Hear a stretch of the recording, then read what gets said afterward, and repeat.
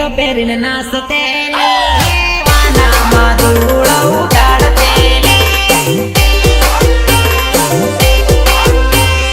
કડાક તુમડી વાગતેલી જાન મારી કોટરીને પાડતેલી